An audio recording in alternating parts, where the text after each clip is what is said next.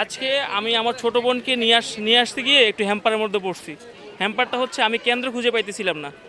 কেন খুঁজে পাইতেছিলাম না সেটা হচ্ছে ওর হ্যাঁ, যেমন গতবার অনেকগুলো গল্প থেকে এসেছিল, এবার ম্যাক্সিমামই প্রবন্ধ থেকে এসেছে। তো এটাই মেবি নতুনত্ব টাইপের কিছু। আপনাদের প্রস্তুতিটাও কি সেরকমই ছিল? সেই রকম, হ্যাঁ, প্রশ্ন প্যাটার্নই একই রকম ছিল। আমার মনে হয় সব দিকটাই টাচ করা উচিত ছিল, শুধু প্রবন্ধ বেস করলে তো হবে না গল্প, কারণ শুধু যদি প্রবন্ধ একঘেয়েমি চলে আসবে, লেখার মধ্যে যদি ভ্যারিয়েশন না থাকে তাহলে তো আর কি পরীক্ষা দিয়ে অতটা ভালো লাগবে না। আমার মনে হয় সব দিক থেকে একটু কোশ্চেনটা দেওয়া উচিত। গল্প থেকে দিলে একটু রিল্যাক্স থাকে, যে খুব বেশি চিন্তা ভাবনা করতে হয় না, নিজের মতো করে কিছু গুছিয়ে লেখা যায়। কিন্তু প্রবন্ধের ব্যাপারটা তো আলাদা ব্যাপার, বইয়ের বাইরে থেকে তো আসা কথাও না বা দরকারও নেই। বইয়ের বাইরে থেকে কেন দিবে? বই তো দিছি বইয়ের থেকে আসার জন্য। শুনিনি এবার শুনিনি এখনো একটু। হ্যাঁ, ব্যতিক্রম তো এখন তো মাত্র শুরু হলো, শুনি না। আশা করবো এরকমই থাকবে, কারণ কোশ্চেন বের হয়ে গেলে বা এটা স্টুডেন্টদের জন্য চাপ। কারণ আবার নতুন করে কোশ্চেন করা, আবার নতুন পরীক্ষা দেওয়া, এটা একটা আর কি একটা খুবই চাপের মধ্যে থাকে। কোনো কেন্দ্র নেই বা কোনো প্রতিষ্ঠানে নাই, কোনো স্কুল নাই। আমি অনেকক্ষণ গাটাগাটি করলাম, অনেকটা জিজ্ঞেস করলাম, আইডিয়াল হাই স্কুল দিয়ে চিনে না। পরে ওকে জিজ্ঞেস করলাম যে এটা কোথায়।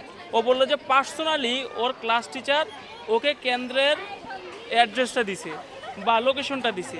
তো কেন ভাই আমাকে পার্সোনালি কেন কেন্দ্রের লোকেশনটা দিতে হবে? তো এটা কি একটা হ্যাম্পার না, যে একটা এই অ্যাডমিট কার্ডের মধ্যে একটা নাম থাকবে আর আমি কেন্দ্রে এসে দেখবো আরেকটা নাম? আচ্ছা, এরপরে বলতেছি, আমি যখন এখানে এসে ঘুরতেছি অনেকক্ষণ, খুঁজে পাইতেছি না এই নাম দিয়ে কোনো স্কুল। আমি এখানে এসে যে আসন, এই যে সিট প্ল্যানিংটা যেটা, আচ্ছা, এই যে সিট প্ল্যানিংটা আমি যখন এসে দেখলাম, সিট প্ল্যানিং আপনার এখানেও লাগানো আছে, আপনারা যা দেখেন এই সিট প্ল্যানিংয়ের মধ্যে লেখা আছে ideal school and college.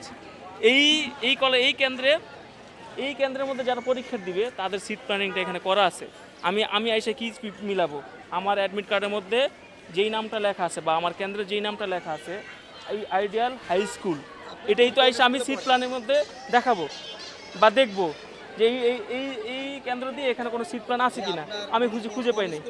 Ispahani high school, school and college, Ispahani school, girl school and college. আজকে আমি আমার ছোট বোনকে নিয়ে আসতে গিয়ে একটু হ্যাম্পারের মধ্যে পড়ছি। হ্যাম্পারটা হচ্ছে আমি কেন্দ্র খুঁজে পাইতেছিলাম না। কেন খুঁজে পাইতেছিলাম না সেটা হচ্ছে ওর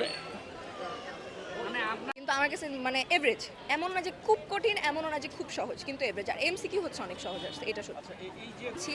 তারা যে সাজেশনটা দিয়েছিল আমাদেরকে তার মধ্যে থেকে হ্যাঁ কমন, কিন্তু তারা হচ্ছে দেখা গেছে যে পদ্যের উপরে বেশি জোর দিছিল যে পদ্য থেকে আসবে, এই পদ্যটা আসার মতো, কিন্তু ওগুলো আসে।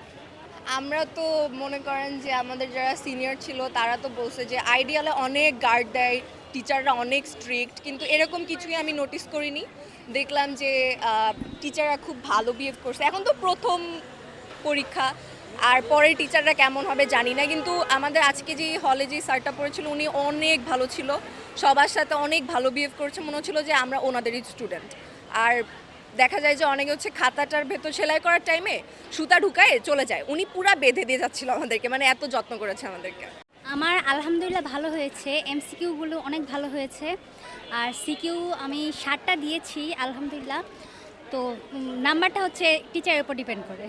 আজকের পরীক্ষা আমার মতে ভালোই হয়েছে, বাট এই সিকিউটা একটু মানে ইজি হলে ভালো হতো সবার জন্য আর কি, কিন্তু যা হয়েছে না ব্যতিক্রম কিছু হয়নি। বাট চেষ্টা করবে বাংলাদেশ জানি আগে যায়, প্লাস আমার ভাগ্নি জানি ভালো মতো পরীক্ষা দিতে পারে, প্লাস আরও যদি কোশ্চেন খুব সহজ হয় জানি ওদের পরীক্ষা ভালো মতো দিতে পারে, তার জন্য আমরা সরকারের কাছে আবেদন করলাম। বাসায় কেমন প্রিপারেশন থাকে?